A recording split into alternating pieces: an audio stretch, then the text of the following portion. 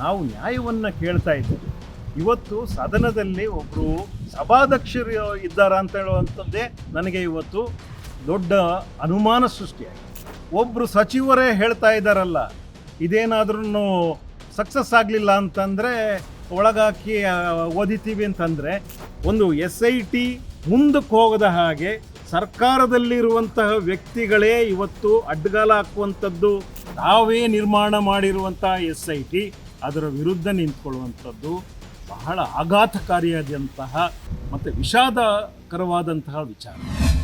ಹಲವಾರು ವರ್ಷಗಳಿಂದ ನಮ್ಮ ಕರ್ನಾಟಕ ರಾಜ್ಯದ ಸುಪ್ರಸಿದ್ಧ ಸ್ಥಳವೊಂದರಲ್ಲಿ ಘಟಿಸಿರಬಹುದು ಎನ್ನಲಾಗುತ್ತಿರುವಂತಹ ಹಲವಾರು ಅತ್ಯಾಚಾರ ಹಾಗೆ ಹತ್ಯೆಗಳ ಸುತ್ತ ಜನರಲ್ಲಿ ಮಡುಗಟ್ಟಿರುವಂತಹ ಒಂದು ಆತಂಕ, ಭಯ, ಅನುಮಾನ ಈ ಹುತ್ತವನ್ನು ಅಗಿಲಿಕ್ಕೋಸ್ಕರ ಮತ್ತೆ ಅಲ್ಲೊಂದು ನಿರಾತಂಕವಾದಂಥ ವಾತಾವರಣವನ್ನು ಸೃಷ್ಟಿ ಮಾಡಬೇಕು ಅಂತ ಹೇಳುವ ಉತ್ತಮ ಉದ್ದೇಶ ಇಟ್ಕೊಂಡು ನಮ್ಮ ಕರ್ನಾಟಕ ಘನ ಸರ್ಕಾರ SITಯನ್ನು ರೂಪಿಸಿರುವಂಥದ್ದು ಶ್ಲಾಘನೀಯ ವಿಚಾರವೇ. ಪರಿಶುದ್ಧ ನಂದಿನಿ ಹಾಲಿನಿಂದ ತಯಾರಿಸಿದ ನೈಜ ನಂದಿನಿ ಐಸ್ ಕ್ರೀಮ್ಸ್. ಆದರೆ SIT ಅಗಿತಾ ಹೋದ ಹಾಗೆ ಅಂದರೆ ಗುಂಡಿಯಲ್ಲ, ಇನ್ವೆಸ್ಟಿಗೇಷನ್ನ ಮುಂದುವರಿಸ್ತಾ ಹೋದ ಹಾಗೆ ಪ್ರತಿರೋಧಗಳು ಬರ್ತಾ ಇದೆಯಲ್ಲ, ಅದನ್ನು ಕೂಡ ನಾವು ಗಮನಿಸ್ತಾ ಇದ್ದೇವೆ. ಜನರು ಪ್ರತಿಕ್ರಿಯೆ ಕೊಡುವಂಥದ್ದು ಬೇರೆ ಮಾತು. ವೈಯಕ್ತಿಕವಾಗಿ ಒಬ್ಬ ವ್ಯಕ್ತಿಗೆ ಒಂದು ಸ್ಥಳದ ಬಗ್ಗೆ, ಸ್ಥಳ ಮಹಿಮೆಯ ಬಗ್ಗೆ, ದೇವ್ರ ಬಗ್ಗೆ, ಧರ್ಮದ ಬಗ್ಗೆ, ಜಾತಿ ಬಗ್ಗೆ ಅಥವಾ ಒಬ್ಬ ವ್ಯಕ್ತಿ ಬಗ್ಗೆ ಒಂದು ಒಲವು, ಒಂದು ಇನ್ಕ್ಲಿನೇಷನ್ನು ಇರುವಂಥದ್ದು ಸಹಜ. ಅವನಿಗಿರುವ ಮೌಢ್ಯವೂ ಅದಕ್ಕೆ ಕಾರಣ ಆಗುತ್ತೆ. ಅವನಿಗಿರುವ ಲಿಮಿಟೆಡ್ ಆದಂತಹ ಒಂದು ಜ್ಞಾನವೂ ಕೂಡ ಕಾರಣ ಆಗ್ಬೋದು. ಅಥವಾ ತಾನು ಯಾವ ದೇಶದಲ್ಲಿದ್ದೀನಿ, ಯಾವ ವ್ಯವಸ್ಥೆಯಲ್ಲಿದ್ದೀನಿ, ನಮ್ಮ ಸಂವಿಧಾನ ಯಾವುದು, ನಮ್ಮ ರಾಜಕೀಯ ವ್ಯವಸ್ಥೆ ಏನು, ಇವೆಲ್ಲವೂ ಪ್ರತಿಯೊಬ್ಬರಿಗೆ ಗೊತ್ತಿರಬೇಕು ಅಂತ ಹೇಳುವಂಥದ್ದು ರೂಲ್ ಇಲ್ಲ ಇವತ್ತು. ಅದು ದುರಂತ. ಅದಿರಲಿ ಒಂದು ಕಡೆ. ಆದರೆ SIT ಮಾಡಿರುವಂಥ ಸರ್ಕಾರ ಮತ್ತು ಆ ಸರ್ಕಾರದ ಸುತ್ತಮುತ್ತ ಇರುವಂಥ ಜನಪ್ರತಿನಿಧಿಗಳು ಇವರೆಲ್ಲರೂ ಕೂಡ SITಯ ವಿರುದ್ಧ ಮಾತನಾಡುವಂಥದ್ದು, ಸಾಕ್ಷಿಗಳ ವಿರುದ್ಧ ಮಾತನಾಡುವಂಥದ್ದು, ಅದಕ್ಕೆ ದಿನ ಇಡೀ 24/7 ಅದು ಚರ್ಚೆಯಲ್ಲಿ, ತಗಾದೆಯಲ್ಲಿ, ಪ್ರತಿರೋಧದಲ್ಲಿ ತೊಡಗಿಸಿಕೊಳ್ಳುವಂಥದ್ದು ಇದೆಯಲ್ಲ, ಇದು ಆತಂಕ ಸೃಷ್ಟಿ ಮಾಡ್ತಾ ಇದೆ. ಎಲ್ಲಿ ನ್ಯಾಯ ಸಿಗುತ್ತಾ, ನ್ಯಾಯಬದ್ಧವಾಗಿ SIT ಕೆಲಸ ಮಾಡಲಿಕ್ಕೆ ಸಾಧ್ಯತೆಗಳು ಇದೆಯಾ ಅನ್ನುವಂಥದ್ದು ಬಹಳ ಏನಾಗ್ತಾ ಇದೆ, ದೂರದ ಒಂದು ಮರೀಚಿಕೆ ಆಗ್ತಾ ಇದೆ ಅಂತ ನನಗನ್ಸುತ್ತೆ. ಯಾಕೆ ಅಂತಂದರೆ, ಯಾರು ವಿರೋಧ ಪಕ್ಷದವರು ಮಾತಾಡಲಿ, ವಿರೋಧ ಪಕ್ಷದವರು ಕೂಡ ಮಾತನಾಡುವ ಹಾಗಿಲ್ಲ. ಒಂದು SIT ಒಂದು investigation team, special investigation team, ಅವರ ಬಗ್ಗೆ ಸಿನಿಕವಾಗಿ ಮಾತನಾಡುವುದು ಅಥವಾ ಒಂದು ಸಾಕ್ಷಿಗಳನ್ನು ಬೆದರಿಸುವ ರೀತಿಯಲ್ಲಿ ಧ್ವನಿಯನ್ನು ಹೊರಡಿಸುವಂಥದ್ದು, ದೊಡ್ಡ ದೊಡ್ಡ ಮೆರವಣಿಗೆಗಳನ್ನು ತೆಗೆಯುವಂಥದ್ದು. ಅರೆ, ಯಾರ ಬಗ್ಗೆ ಮಾತನಾಡ್ತಾ ಇದ್ದೇವೆ ಇಲ್ಲಿ? ಯಾರು ಧರ್ಮವನ್ನು ಹೊಡಿಲಿಕ್ಕೆ ಬರ್ತಾ ಇರುವಂಥದ್ದು? ಹಾಗಾದರೆ ಇಲ್ಲಿ ಯಾರಿದ್ದಾರೆ? ಧರ್ಮವನ್ನು ಹೊಡಿಲಿಕ್ಕೆ ಯಾರು ಬರ್ತಿದ್ದಾರೆ? ಒಂದು ಸರ್ವೆಯನ್ನು ಮಾಡಿ ನೋಡಿ, ಕಣ್ಣಳತೆಯಲ್ಲಿ ಸರ್ವೆ ಮಾಡಿ ನೋಡಿ, ಇಲ್ಲಿ ಧರ್ಮದ ಮಾರ್ಗದಲ್ಲಿರುವಂಥ ಅಷ್ಟು ಜನ ಧರ್ಮ ಉಳಿಸುವ ಕೆಲಸದಲ್ಲಿ ತೊಡಗಿಸ್ಕೊಂಡಿರುವಂಥದ್ದು. ಅಂದರೆ ಆ ಕಳಂಕವನ್ನು ತೊಡೆದು ಹಾಕಿ ಆರೋಪಿಗಳನ್ನು ಪತ್ತೆ ಮಾಡಿ ಅಂತ ಹೇಳ್ತಾ ಇದ್ದಾರೆ. ಬಿಟ್ಟರೆ ಇಂಥವನೇ ಆರೋಪಿ ಅಂತ ಯಾರೂ ಹೇಳ್ತಿಲ್ಲ. ಅದನ್ನು ನಾವು ತಗೊಳ್ಬೇಕಾದಂಥದ್ದು ಕೂಡ ಇಲ್ಲ. SIT ತನಿಖೆ ಮಾಡಿ ಯಾರನ್ನು ಕಂಡುಹಿಡಿಯುತ್ತೆ, ಯಾರನ್ನು ಮುಂದೆ ತರುತ್ತೆ, ಅವು ವೈಜ್ಞಾನಿಕವಾದಂತಹ ಮಾರ್ಗಗಳ ಮೂಲಕ. ಭೀಮಾಂತೂ ಇದ್ದಾನೆ ತಾನೇ, ಅಲ್ಲೇ ಓಡೋಗಲಿಲ್ಲ.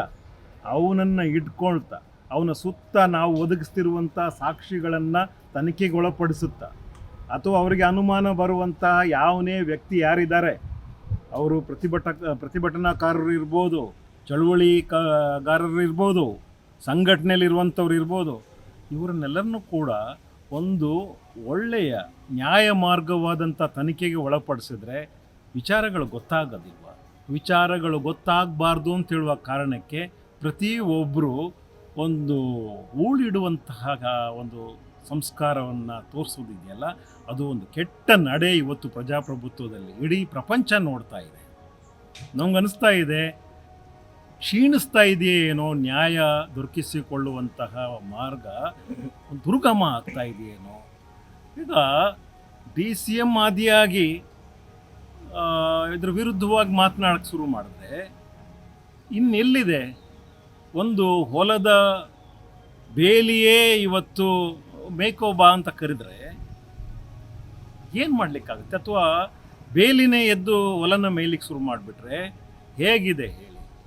ಇವೆಲ್ಲ ನೋಡ್ತಾ ಇದ್ರೆ, ಪ್ರಹಸನಗಳನ್ನ ನೋಡ್ತಾ ಇದ್ರೆ, ಸದನಗಳಲ್ಲಿ ನಡೆಯುವ ಪ್ರಹಸನಗಳನ್ನ, ಅವರು ಮಾತನಾಡುವಂಥ ವೈಖರಿಗಳನ್ನು ನೋಡ್ತಾ ಇದ್ರೆ ಅವರಿಗೆ ಸರಿಯಾದ ರೀತಿಯಲ್ಲಿ ಒಬ್ಬ ವ್ಯಕ್ತಿಯನ್ನು ಗೊತ್ತಿದೆ, ಅಂದರೆ ಒಬ್ಬ ವ್ಯಕ್ತಿಯನ್ನು ಪ್ರೊಟೆಕ್ಟ್ ಮಾಡಬೇಕು ಅಂತ ಹೇಳುವ ನಿಟ್ಟಿನಲ್ಲಿ ಇವರೆಲ್ಲರೂ ಕೂಡ ಹೋರಾಟಕ್ಕೆ ಇಳಿದಿದ್ದಾರೆ ಏನೋ ಅಂತ ಅನಿಸುತ್ತೆ. ಇಲ್ಲಿ ಯಾರು ನಾವು ಹೇಳ್ತಿಲ್ಲ, ನೀವೇ ಇವಾಗ ಒಂದು ಸ್ಥಳದ ಒಬ್ಬ ವ್ಯಕ್ತಿಯ ಮಾನ ಮರ್ಯಾದೆಯನ್ನು ಕಳೀತಾ ಇದ್ದಂಗೆ ನನಗನ್ನಿಸ್ತಾ ಇದೆ.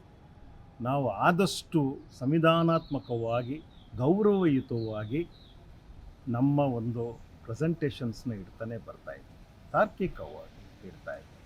ಯಾರು ಬಂದಿದ್ದಾರೆ ಇವತ್ತು ನಮ್ಮಲ್ಲಿ ಬಂದಂತಹ ಮಹಿಳೆಯನ್ನು ನಾನೇ ಹೇಳ್ತಾ ಇದ್ದೀನಿ, ನೀವು ತನಿಖೆಗೊಳಪಡಿಸಿ, ಆಕೆಯ ಸ್ಟೇಟ್ಮೆಂಟನ್ನು SIT ತಗೊಂಡಿದೆ, ತನಿಖೆಗೊಳಪಡಿಸಿ. ಆಕೆ ಯಾರ ಬಗ್ಗೆ ಹೇಳ್ತಾ ಇದ್ದಾರೆ? ಯಾರೋ ದೊಡ್ಡ ಮನುಷ್ಯರ ಬಗ್ಗೆ ಹೇಳ್ತಿಲ್ಲ, ಯಾರೋ ಒಂದು 4-5 ಜನ ಒಂದು 4-5 ವಾಹನಗಳಲ್ಲಿ ಬಂದಿದ್ದು ಇವರಿಗೆ ಧಮಕಿ ಹಾಕಿರುವಂಥದ್ದು, ಒಬ್ಬ ಹುಡುಗಿಯನ್ನು ಹೊತ್ತೊಯ್ದಿರುವಂಥದ್ದನ್ನು ಅಮ್ಮ ಹೇಳುತ್ತೆ. ಏನೋ ಹೈ ಪ್ರೊಫೈಲ್ ಹೆಣ್ಮಗಳನ್ನೆಲ್ಲ, ಮತ್ತು ಯಾವುದೋ ಧರ್ಮ ಹೊಡಿಲಿಕ್ಕೆ ಬಂದಂತಹ ಬೇರೆ ಯಾವುದೋ ಪಾಕಿಸ್ತಾನದಿಂದ ಬಂದಂಥ ಮಹಿಳೆಯಲ್ಲ, ಅಥವಾ ಜೆರುಸಲೇಮಿಂದ ಬಂದಂಥ ಮಹಿಳೆಯಲ್ಲ, ಪಕ್ಕಾ ದೈವ ಭಕ್ತೆ, ಆ ಮನೆಯ ದೇವರ ಸ್ಥಾನಕ್ಕೆ ಹೋದಂತಹ ಒಬ್ಬ ದೈವ ಭಕ್ತೆ ಹೇಳ್ತಾ ಇರುವಂಥದ್ದು. ಇಲ್ಲ, ಅಲ್ಲಿರೋರೆಲ್ಲರೂ ಕೂಡ ಭಕ್ತರೇ ಮಾತನಾಡ್ತಾ ಇದ್ದಾರೆ, ಎಲ್ಲರೂ ಹರಕೆ ಹೊತ್ಕೊಳ್ತಿರುವಂಥವ್ರು. ಅಲ್ಲಿ ನಾವು ಕೂಡ ಕೆಲವು ಸ್ಥಳಗಳಲ್ಲಿ ಹೋಗಿ ಆ ಗೌರವವನ್ನು ಸೂಚಿಸಿ ಬಂದಿರುವಂತಹ ಜನರೇ ಆಗಿದ್ದೀವಿ. ನಾನು ಮೊದಲಿಗೆ ಭಾರತೀಯ, ನಂತರವೂ ಭಾರತೀಯ, ಕೊನೆಯವರೆಗೂ ಭಾರತೀಯನೇ. ನಮಗೆ ಒಂದು ಧರ್ಮ, ಮನುಷ್ಯ ಧರ್ಮ ಬಿಟ್ಟರೆ ಇನ್ನೊಂದಿಲ್ಲ. ಅದನ್ನು ಸ್ಪಷ್ಟವಾಗಿ ನಾನು ಇವಾಗ ಮತ್ತೆ ಹೇಳ್ತಾ, ಅಥವಾ ನಮ್ಮ ಒಂದು ಧ್ವನಿಗೆ ಅಷ್ಟೊಂದು ಶಕ್ತಿ ಇದೆಯಾ? ನಾವು ಎಲ್ಲರನ್ನೂ ಮರಳು ಮಾಡುವಂತಹ ವ್ಯಕ್ತಿಗಳ, ನಮ್ಮ ಮಾತಿನಿಂದಲೇ ಇವೆಲ್ಲವೂ ನಡೀತಾ ಇದೆಯಾ?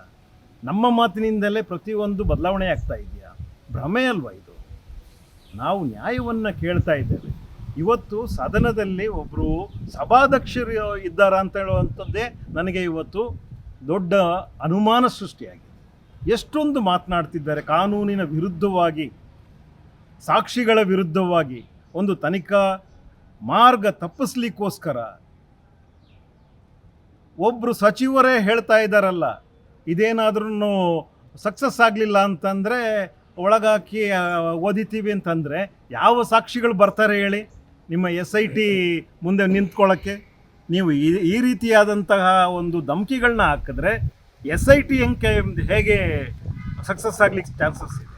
ನೀವು ಪೀಪಲ್ ಫ್ರೆಂಡ್ಲಿ ಆಗಿ ಒಂದು ತನಿಖೆಯನ್ನು ನಡೆಸುವಂಥದ್ದು, ಅದರಲ್ಲೂ ವಿಕ್ಟಿಮ್ ವಿಟ್ನೆಸ್ ಪ್ರೊಟೆಕ್ಷನ್, ಇದನ್ನು 1000 ಸಲ ಹೇಳ್ತಾ ಇದ್ದೀನಿ.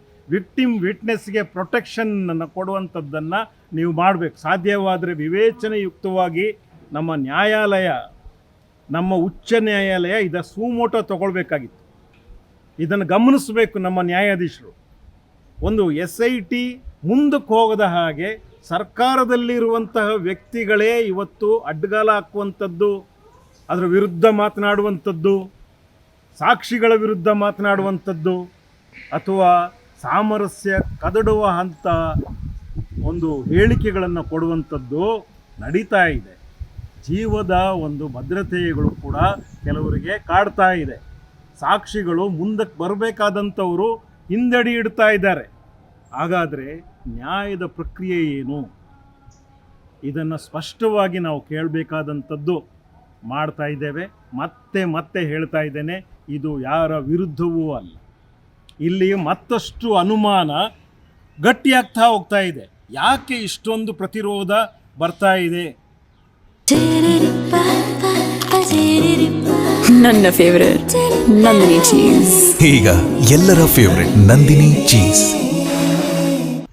ಬಲಾಢ್ಯರಿಂದ ಜನಸಾಮಾನ್ಯರ ಮಾತೇನು? ಜನಸಾಮಾನ್ಯರಿಗೆ ನ್ಯಾಯ ಬೇಕಾಗಿದೆ. ಅವ್ರ್ಯಾರು ಭಕ್ತರಲ್ವಾ? ಅವ್ರಿಗ್ಯಾರಿಗೂ ಶ್ರದ್ಧೆ ಇಲ್ವಾ? ಅವರು ದೇವರನ್ನು ನಂಬ್ತಾ ಇಲ್ವಾ? ದೇವರನ್ನು ನಂಬಿರುವವರಲ್ಲೇ ಇವತ್ತು ನೋವು ಕಾಡ್ತಾ ಇರೋದು. ನಾನು ಎಂಥ ಸ್ಥಳದಲ್ಲಿ ಹೋಗಿದ್ದೇನೆ, ಯಾರನ್ನು ನಂಬಿದ್ದೇನೆ ಅನ್ನೋದು. ಇದು ನಾವು ಆತ್ಮಸಾಕ್ಷಿಯಾಗಿ ಆತ್ಮವಂಚನೆ ಮಾಡಿಕೊಳ್ಳದೆ ಈ ವಿಚಾರವನ್ನು ನಾನು ಹೇಳಲಿಲ್ಲ ಅಂತಂದರೆ, ನಾವು ನಂಬಿರುವ ಸರ್ಕಾರದಲ್ಲಿರುವಂಥ ಸಚಿವರು ಇವತ್ತು ತಾವೇ ನಿರ್ಮಾಣ ಮಾಡಿರುವಂಥ SIT ಅದರ ವಿರುದ್ಧ ನಿಂತ್ಕೊಳ್ಳುವಂಥದ್ದು ಬಹಳ ಆಘಾತಕಾರಿಯಾದಂತಹ ಮತ್ತು ವಿಷಾದಕರವಾದಂತಹ ವಿಚಾರ. ಮತ್ತಷ್ಟು ವಿಶೇಷ ವಿಡಿಯೋಗಳನ್ನು ನೋಡಲು ಮತ್ತು ಹೊಸ ವಿಡಿಯೋಗಳ ಬಗ್ಗೆ ತಿಳಿಯಲು ಈ ದಿನ .com ಯೂಟ್ಯೂಬ್ ಚಾನೆಲ್ ಸಬ್ಸ್ಕ್ರೈಬ್ ಮಾಡಿ ಮತ್ತು ಬೆಲ್ ಐಕಾನ್ ಕ್ಲಿಕ್ ಮಾಡಿ.